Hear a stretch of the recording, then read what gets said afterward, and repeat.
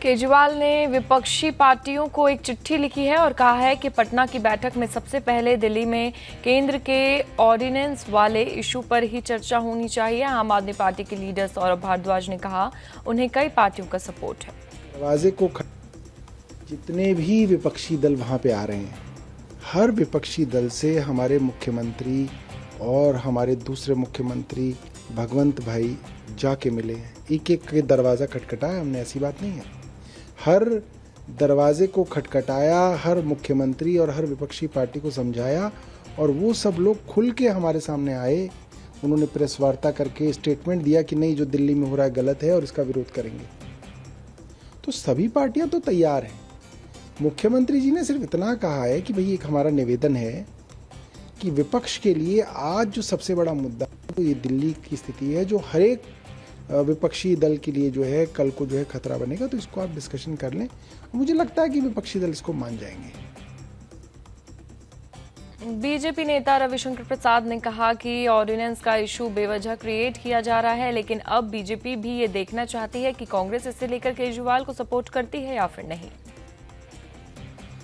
सबसे पहला तो एजेंडा है जो छुपा हुआ है कि प्राइम मिनिस्टर कौन होगा इसमें से।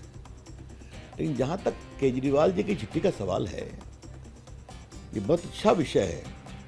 हम भी जानना चाहेंगे कांग्रेस पार्टी क्या कहना चाहती है। बाकी तो किसी का कोई से है नहीं इसमें। दिल्ली भारत की राजधानी है श्रीमान। वहां लोकसभा भी है, वहां राज्यसभा भी है, वहां राष्ट्रपति भवन भी है, वहां भारत सरकार के दफ्तर भी हैं।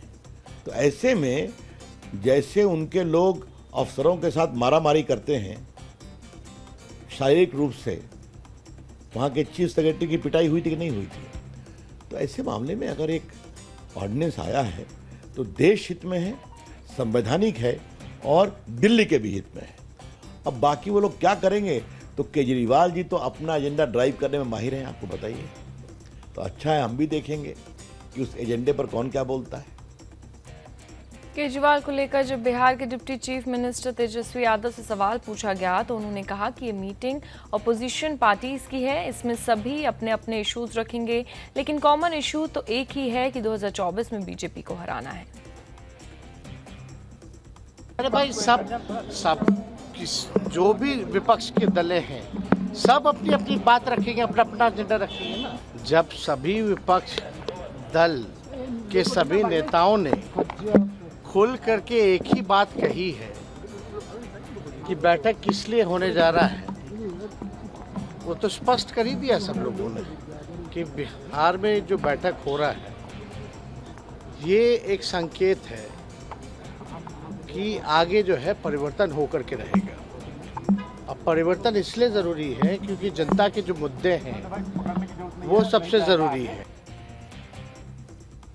बिहार से बीजेपी के राज्यसभा सांसद सुशील मोदी ने कहा कि विपक्षी दलों की ये कोशिश कामयाब नहीं हो पाएगी क्योंकि रीजनल पार्टीज चाहती हैं भारत कांग्रेस मुक्त हो जाए।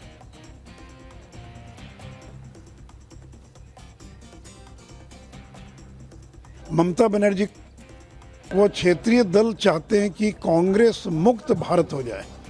ममता बनर्जी कह रही है कि बंगाल में कांग्रेस चुनाव न लड़े, अखिलेश यादव करें कि यूपी में कांग्रेस चुनाव न लड़े। यानी ममता बनर्जी कह रही है बंगाल कांग्रेस बंगाल छोड़ो, अखिलेश यादव कह रहे हैं कि कांग्रेस यूपी छोड़ो, अरविंद केजरीवाल कह रहे हैं कि पंजाब और दिल्ली छोड़ो। तो बेचारी कांग्रेस लड़ेगी कहाँ चुनाव। कांग्रेस नेता केसी वेणुगोपाल ने कहा कि 23 तारीख की मीटिंग एक शुरुआती कदम है, आने वाले चुनाव में वो मिलकर बीजेपी को हराएंगे। 23rd meeting really an initial step for building unity on the opposition side to fight against the BJP regime on 2024. This is what we are expecting. 23rd is the good beginning. It's going to be a good beginning for opposition unity. That much. JDU के leader केसी त्यागी ने कहा कि सारी पार्टियां मिलकर मजबूत गठबंधन बना सकती हैं क्योंकि इन सभी दलों का प्रभाव करीब 450 सीटों पर है। भाजपा मजबूत पार्टी है, शासक पार्टी है। उससे मुकाबला करने के लिए जो मुहिम शुरू हुई है वो अब रंग ला रही है। एनडीए से अलग होने के बाद जब नीतीश कुमार जी ने घोषणा की थी कि वो सभी दलों को इकट्ठा करेंगे, तब लोगों को शायद कम विश्वास हो रहा है। इसमें 450 लोकसभा सीटों पर जिन दलों का प्रभाव है वो सारे मुख्यमंत्री और पार्टियों के अध्यक्ष शामिल होंगे। पीडीए महागठबंधन की राजनीति का बड़ा हिस्सा है, हम ये मानते हैं। जातिगत जनगणना को लेकर के रिजर्वेशन जिस तरह से इफेक्टिवली इम्प्लीमेंट नहीं हुआ है, जिस तरह से समाज में विभाजन हो रहा है, इसलिए पिछड़े, दलित, अल्पसंख्यक और आदिवासियों को इकट्ठा करने और उन्हें न्याय दिलाने की आवश्यकता है। विपक्षी दलों की बैठक में अखिलेश यादव भी शामिल हो रहे हैं। यूपी के डिप्टी सीएम केशव प्रसाद मौर्य ने कहा कि अखिलेश और दूसरे विपक्षी नेता चाहे जितनी भी कोशिश कर लें 2024 में मोदी को नहीं हरा पाएंगे। पीडीए का तो मैंने बता दिया, पीडीए तो फर्जीगिरी है और पीडीए का मतलब अखिलेश यादव जी का परिवारवाद है। डी का मतलब वो दलित के कभी ऐसी नहीं थी, उनका दमन किए, उनके ऊपर अत्याचार किए हैं, इसलिए वो दंगा कराने वालों के साथ हैं। तीसरा, अल्पसंख्यक की वो बात करते हैं, उनके पास अपराधी हो सकते हैं, अराजकतावादी हो सकते हैं, जो गुंडे माफिया किस्म के लोग हैं वो हो सकते हैं। वह ना पिछड़े के हितैषी, ना दलितों के हितैषी, ना अल्पसंख्यकों के हितैषी। वैसे भी पिछड़ा और दलित तो भाजपा के साथ चट्टान की तरह खड़ा है। विपक्षी दलों की मीटिंग से पहले ऑपोजिशन पार्टीज को बड़ा झटका लगा जब नीतीश के पुराने दोस्त बिहार के पूर्व मुख्यमंत्री जितिन राम मांझी एनडीए में शामिल हो गए।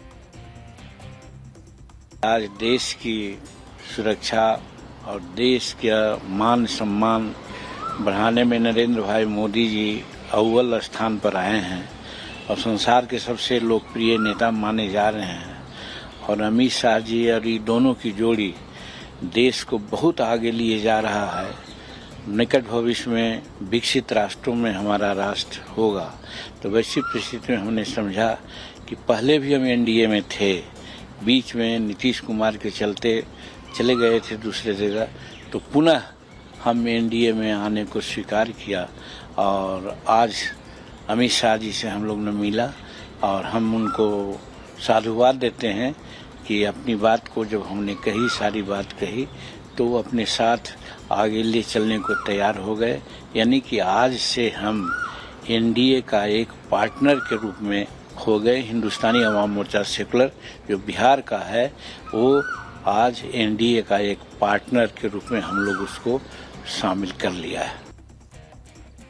जितिन राम मांझी के बेटे संतोष सुमन नीतीश कुमार के मंत्रिमंडल में मंत्री थे। आज अमित शाह की मीटिंग को लेकर संतोष सुमन ने कहा कि आज ये फैसला हुआ है कि वो एनडीए के साथ रहेंगे।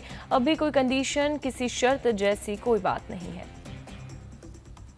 हम लोग के बीच में जो वार्ता हुई बहुत ही अच्छे माहौल में हुई और सभी बातों पर चर्चा करते हुए हम लोग ने फैसला किया कि हम लोग एनडीए के साथ होना चाहिए। एनडीए ही देश का भविष्य है और जो गरीब और बेरोजगारों की आवाज़ हम उठाते हैं, बेजुबानों की, वो उनकी आवाज़ बनना है, उनको मजबूती से आगे बढ़ाना है, तो एनडीए के साथ होना है।